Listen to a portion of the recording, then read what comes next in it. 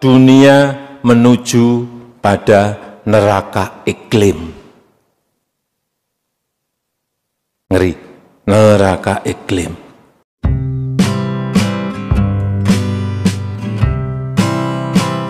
Halo sahabat teknik agriculture dan farm, senang bertemu Anda lagi. Sebelum mulai, admin ada pertanyaan untuk sobat semua.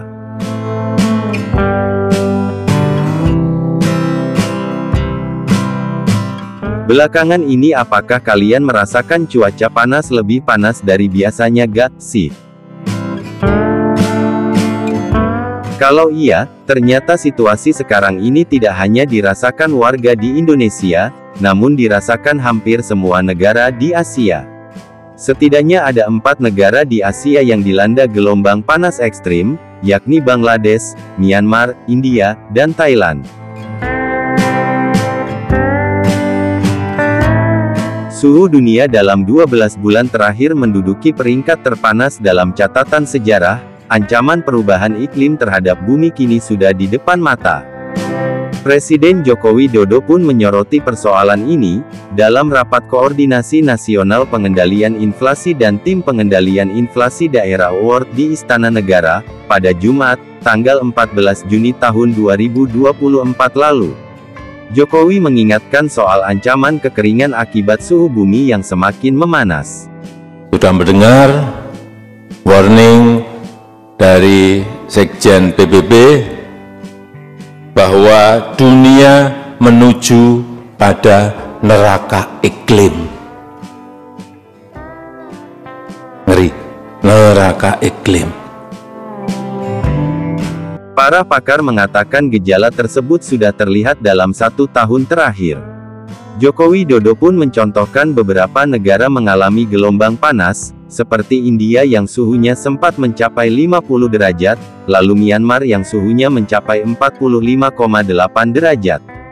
Presiden Indonesia pun mengingatkan suhu panas ini berpotensi membuat gagal panen karena kekeringan, sebab diperkirakan ada 50 juta petani yang akan kekurangan air. Gagal panen juga ini nantinya akan berpengaruh pada kekurangan stok pangan nasional.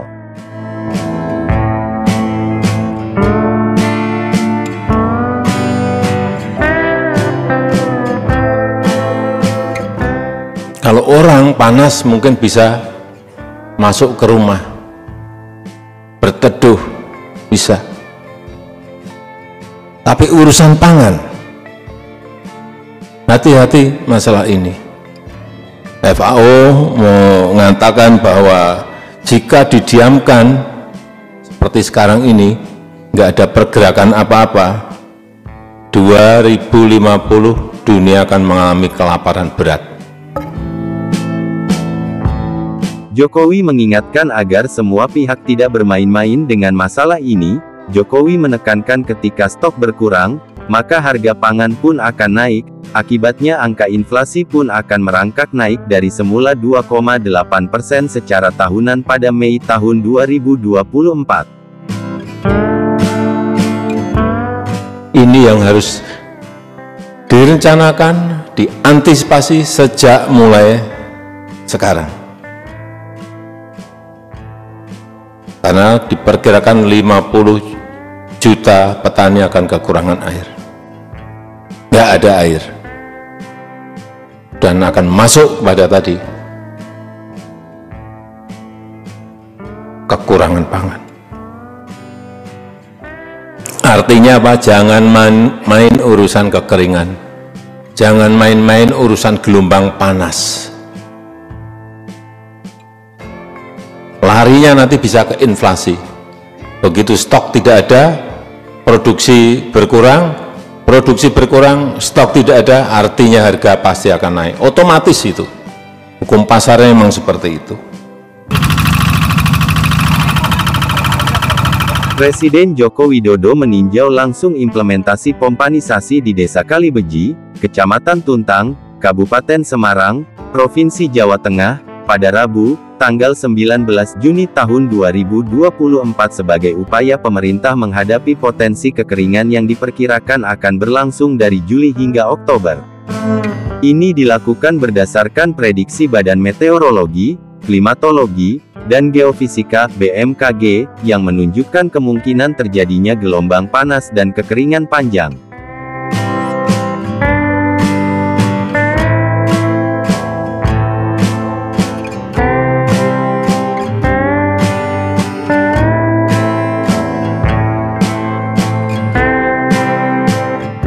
Dalam kunjungan tersebut, Presiden mengungkapkan bahwa pemerintah telah memulai distribusi pompa air ke seluruh provinsi untuk memastikan bahwa produktivitas pertanian tetap stabil.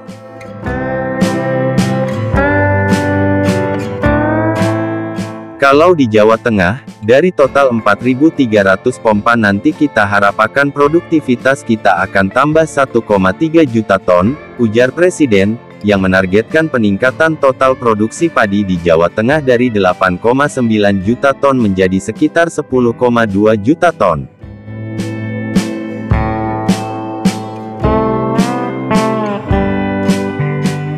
Proyek nasional ini tidak hanya terbatas pada satu daerah tetapi mencakup distribusi puluhan ribu pompa air ke seluruh Indonesia. Untuk tahun 2024, pemerintah menyalurkan 25.000 pompa dan akan ditargetkan meningkat hingga 75.000 pompa ke depannya. Harapannya saya itu bisa bantuan pupuk lebih banyak lagi, sama alat-alat pertanian banyak, pompa air lagi, dikasih lagi juga mau, Mas. Diharapkan, pompanisasi ini akan memungkinkan lahan pertanian untuk mengairi area yang lebih luas, memungkinkan panen 2 hingga 3 kali per tahun, dari yang sebelumnya hanya 1 atau 2 kali. Langkah ini dianggap kritikal untuk menjaga kestabilan stok pangan dan mengendalikan harga sembako di tengah kondisi global yang tidak menentu.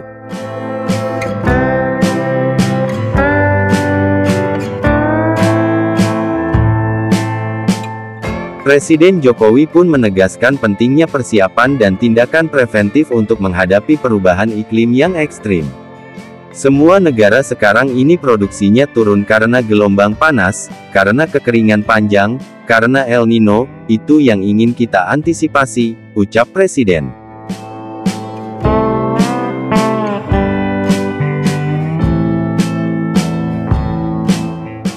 Semoga negara kita dan masyarakat Indonesia baik-baik saja dalam menghadapi masalah ini, amin. Ketikkan pendapat kalian pada kolom komentar, apa yang harus pemerintah dan masyarakat lakukan untuk mencegah kekeringan di masa yang akan datang. Ketikkan saran dan pendapat yang positif agar ancaman kekeringan dapat teratasi.